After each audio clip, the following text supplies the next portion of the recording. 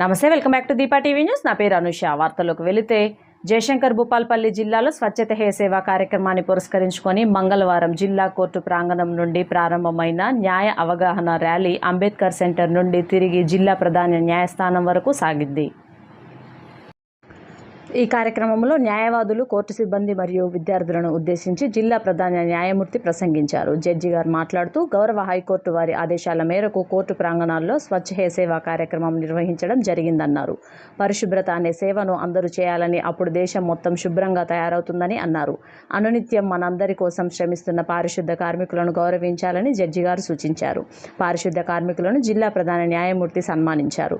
ఈ కార్యక్రమంలో జిల్లా సీనియర్ సివిల్ జడ్జి మరియు న్యాయ సేవాధికార సంస్థ కార్యదర్శి గౌరవనీయులు Shri K Jayaram Reddy, principal junior civil judge గౌరవనీయులు శ్రీ ఎన్ రామచంద్రరావు గారు, అడ్వకేట్స్ బార్ అసోసియేషన్ జిల్లా అధ్యక్షులు శ్రీ కోనూరు సురేష్ కుమార్, ప్రధాన కార్యదర్శి Shri Balla Mahender, public prosecutor Edulapur Srinivas, court సిబ్బంది, పోలీస్ సిబ్బంది తదితరులు పాల్గొన్నారు.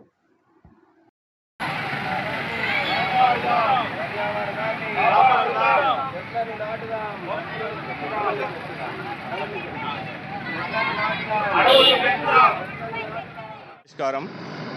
మనము ఒక ఆలయానికి వెళ్ళినా, ఒక చర్చికి వెళ్ళినా, ఒక మసీదుకి వెళ్ళినా వెంటనే మనసంతా చాలా ప్రశాంతంగా ఉంటుంది. కారణం ఎందుకంటే అక్కడున్న పరిశుభ్రత. ఆ ప్రాంగణం లోపల మనం ఎంత శ్రద్ధతో, భక్తితో పరిశుభ్రంగా ఉంచుతామో అంత మానసిక ప్రశాంతతగా ఉంటుంది. అదేవిధంగా ప్రతి ఇల్లును, ప్రతి కార్యాలయాన్ని మనం ఎక్కడెక్కడ ఉంటున్నామో ఆ ప్రదేశాలను కూడా పరిశుభ్రంగా ఎప్పటికప్పుడు చెత్త తీసివేసి దానికి ఒక ప్రత్యేకమైన పద్ధతి లోపల చెత్తను ఎక్కడ వేయాలనో అక్కడ వేసి పరిశుభ్రంగా ఎప్పుడైతే ఉంచుదామో ఆ పరిశుభ్రతే మానసిక ప్రశాంతతకు దారితీస్తుంది. బాహ్య పరిశుద్ధతే అంతర్పరిశుద్ధతకు దారితీస్తుంది. ఎక్కడైతే బాహ్యమైన పరిశుద్ధమైన ప్రదేశాలు ఉంటాయో ఆ ప్రదేశాలలో ఉన్నప్పుడు మన మనసు కూడా చాలా ప్రశాంతంగా ఉంటుంది.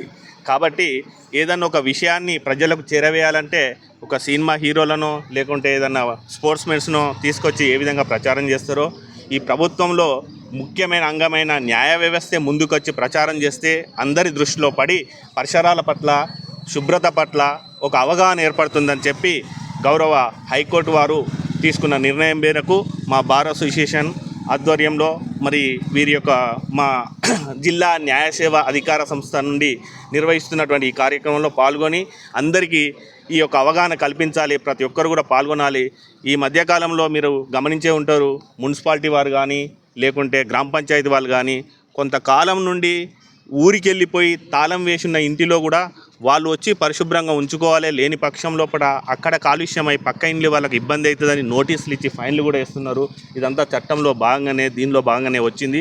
కాబట్టి ఇది ఇక్కడనే కాదు, ఈవెన్ అమెరికా లోపల కూడా ఎక్కడైనా చెత్త పెరిగి ఉంటే ఆడ ఉంటే వాళ్ళు వచ్చి ఫోటో తీస్తారు, యజమానికి డైరెక్ట్ ఫైన్ పంపిస్తారు. అంటే ప్రతి ఒక్కరు ఖచ్చితంగా ఇది ఒక చట్టము అనుకొని ఇది ఉల్లంఘించినతో నష్టం జరుగుతుందని ఇప్పుడు సింగపూర్కి వెళ్తాం. సింగపూర్లో ఎక్కడైనా రోడ్డు మీద చెత్త వేస్తే ఫైన్ వేస్తారు. మన దగ్గర ఆ ఫైన్ వేసి అటువంటి పరిస్థితులు లేకపోయినా స్వచ్ఛందంగా మనమే వాలంటీర్గా ముందుకు వచ్చి పరిశుభ్రాలను ఎప్పుడైతే క్లీన్గా ఎప్పటికప్పుడు ఉంచుతామో ఆ పరిశుభ్రతే స్వచ్ఛమైన మనసుకు దారితీసి ఆ స్వచ్ఛమైన మనసు కారణంగా ఉద్రేకాలకు లోను కాకుండా నేరాలను కూడా నివారించడానికి దీని వెనుక అంత మూల కారణం ఉన్నది. అలాంటి సూక్ష్మతను గమనించాలి. ఈవెన్ పతంజలి యోగ సూత్రాలు తీసుకున్న యమ, నియమ, ఆసన, ప్రాణాయామ, ప్రత్యాహరణ, ధారణ, ధ్యాన, సమాధి అని ఉంటుంది. అందులో రెండో నియమం లోపల ఫస్ట్ది శౌచము. ఆ శౌచం లోపల అంతఃశౌచము, బౌద్ధ శౌచము. అంతఃశౌచం అంటేనో మనసు పరిశుభ్రంగా ఉంచుకోవడం.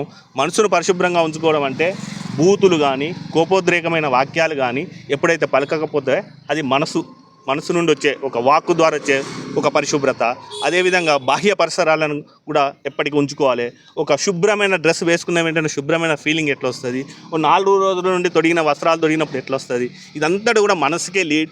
ఈ మనసు కారణంగానే నేరాలు. ఈ నేరాలను తగ్గించడంలో భాగంగా సూక్ష్మంగా ఆలోచించి ఈ పరిశుభ్రత వల్ల ఎవరికి వారికి కాదు ఈ సమాజాన్ని కూడా కాపాడిన బాధ్యత మన లోపల ఏర్పడుతుంది. అందుకోసం ఎప్పటికప్పుడు చెత్త ఎక్కడ పేరుకొని ఉన్నా వాటిని క్లీన్ చేసి అది చేయాలని చెప్పి ఈ అవగాహన కల్పించడానికి మా యొక్క న్యాయస్థానాల తరపున మేమందరం చేయడం జరిగింది. దీన్ని ప్రచారం చేయగలరని మనం